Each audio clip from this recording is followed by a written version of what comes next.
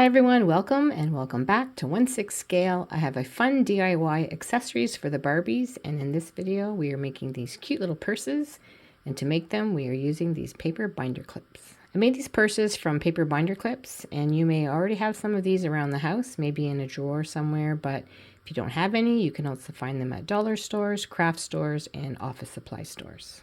The clips are originally designed to hold paper, and you can put them over top of a group of paper and clamp them down like that. But when you hold them like this, they already look like a purse. This would be the handle, and this would be the body of the purse. To make the handle of the purse, you can use a lot of different types of materials. This is some cord that I found at a dollar store, and I also like to keep cords from gift bags. They also make really nice handles for the purses. You can also use jute twine, any type of string, and I also used ribbon. To cover the body of the purse, I used fabric, and you can use any type of fabric that you like. I used felt, and this fabric is from the Dollar Tree, and they have a really large selection of different colors and patterns that you can use. And I also used some fabric that I had left over from other projects, some red glitter fabric and jean fabric. And these little bags are really nice to make the purses. You can find these at dollar stores and craft stores. It's a little bag with a drawstring, and these bags come in gold and silver, and you can also get them in plain colors and also patterns. I also used some doll clothes, and these are skirts that I had. They had some tears in them, so I took the skirts apart and then I used them to make the purses. And for some of the purses, I also used acrylic paint, Mod Podge, and glitter. You will also need glue, and I'm using Fabri-Tac glue, but you can also use tacky glue. And for this tutorial, we're going to make the purses 3 different ways. This one is made with fabric and a handle, this one is made with acrylic paint, and this one is made with glitter. To make the purse, start with a binder clip, and the first thing we're going to do is make a handle. To make the handle, I'm using this yellow cord that I found at a dollar store. Measure across the cord and cut a piece that is approximately 2 inches long. Next, we're going to attach the cord at the top of the clip. Pull down the 2 steel handles on both sides and squeeze them to open the top of the clip, and then place your handle inside the opening. There's 2 cutouts on each side. Place the cord on each side of the cutouts. And when you have your handle exactly where you want it, and when you pull on it, it doesn't come out, remove both of the steel handles from both of the sides of the clip.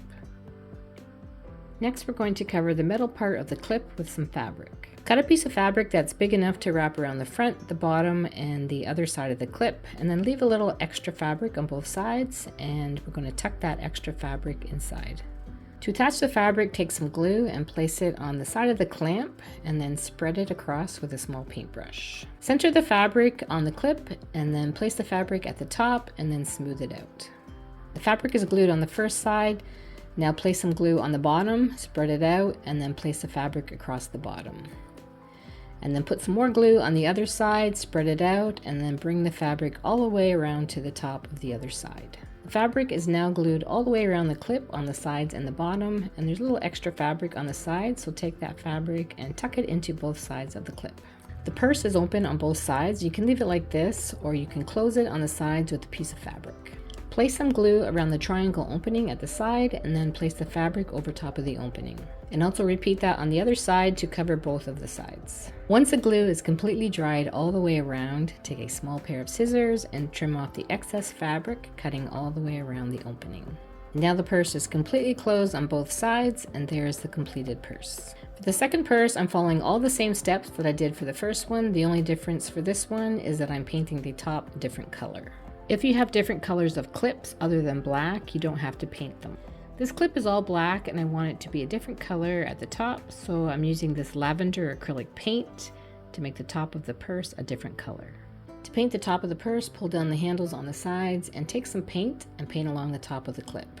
Add as many coats as you need to completely cover the black metal, letting the paint dry between coats. I used 3 coats, and the paint is completely dry, and to seal in the paint, I'm going to cover it with Mod Podge. You can use matte or glossy. I'm using matte. Take some Mod Podge and cover over the paint, and it goes on white, but it dries clear. And when it's dry, repeat all of the same steps that we did to make the first purse.